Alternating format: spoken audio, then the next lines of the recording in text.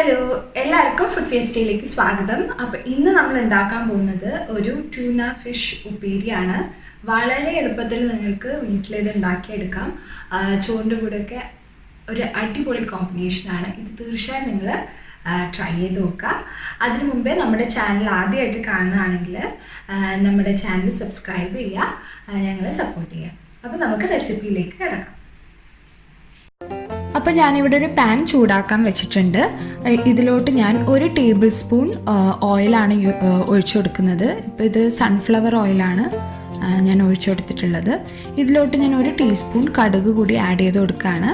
കടുക് പൊട്ടിയതിന് ശേഷം ഞാൻ ഒരു മീഡിയം സൈസ് സവാള ചെറുതായി മുറിച്ചത് ആഡ് ചെയ്ത് കൊടുക്കുകയാണ്.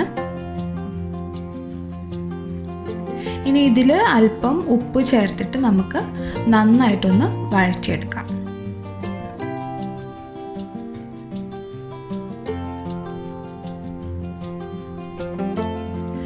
ഇതിലോട്ട് ഞാനൊരു പച്ചമുളക് ചെറുതായി മുറിച്ചത് ആഡ് ചെയ്ത് കൊടുത്തിട്ടുണ്ട്. നിങ്ങൾക്ക് എരിവിനനുസരിച്ച് പച്ചമുളകിൻ്റെ എണ്ണം കൂട്ടാം. അതുപോലെ കുറച്ച് കറിവേപ്പിലയും കൂടി ഞാൻ ആഡ് ചെയ്ത് കൊടുക്കുകയാണ്. എന്നിട്ട് നമുക്കൊന്ന് വഴറ്റിയെടുക്കാം.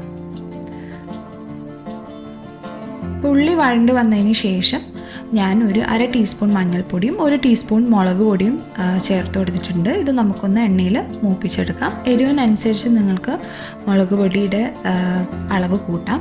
ഇനി ഞാൻ ഇതിലേക്ക് ട്യൂന ഫിഷ് ആഡ് ചെയ്ത് കൊടുക്കാൻ പോവുകയാണ്. ഞാനിപ്പോൾ ക്യാൻഡ് ട്യൂന ഫിഷാണ് യൂസ് ചെയ്യുന്നത് ഇതിന്.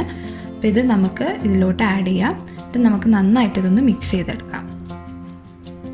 വളരെ എളുപ്പമാണ് ഇത് ഉണ്ടാക്കാൻ. പെട്ടെന്ന് തന്നെ ഇത് നിങ്ങൾക്ക് ഉണ്ടാക്കിയെടുക്കാൻ പറ്റും.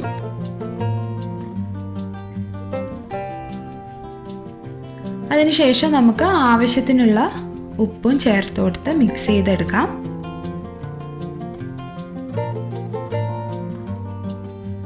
ഇനിയിപ്പോൾ നമുക്ക് ലാസ്റ്റിൽ കുറച്ച് ഡെസിക്കേറ്റഡ് കോക്കനട്ട് ആഡ് ചെയ്ത് കൊടുക്കാം.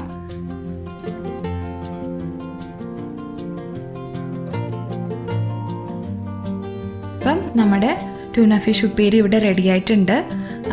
ഇത് നമുക്ക് വേറൊരു പ്ലേറ്റിലേക്ക് മാറ്റാം.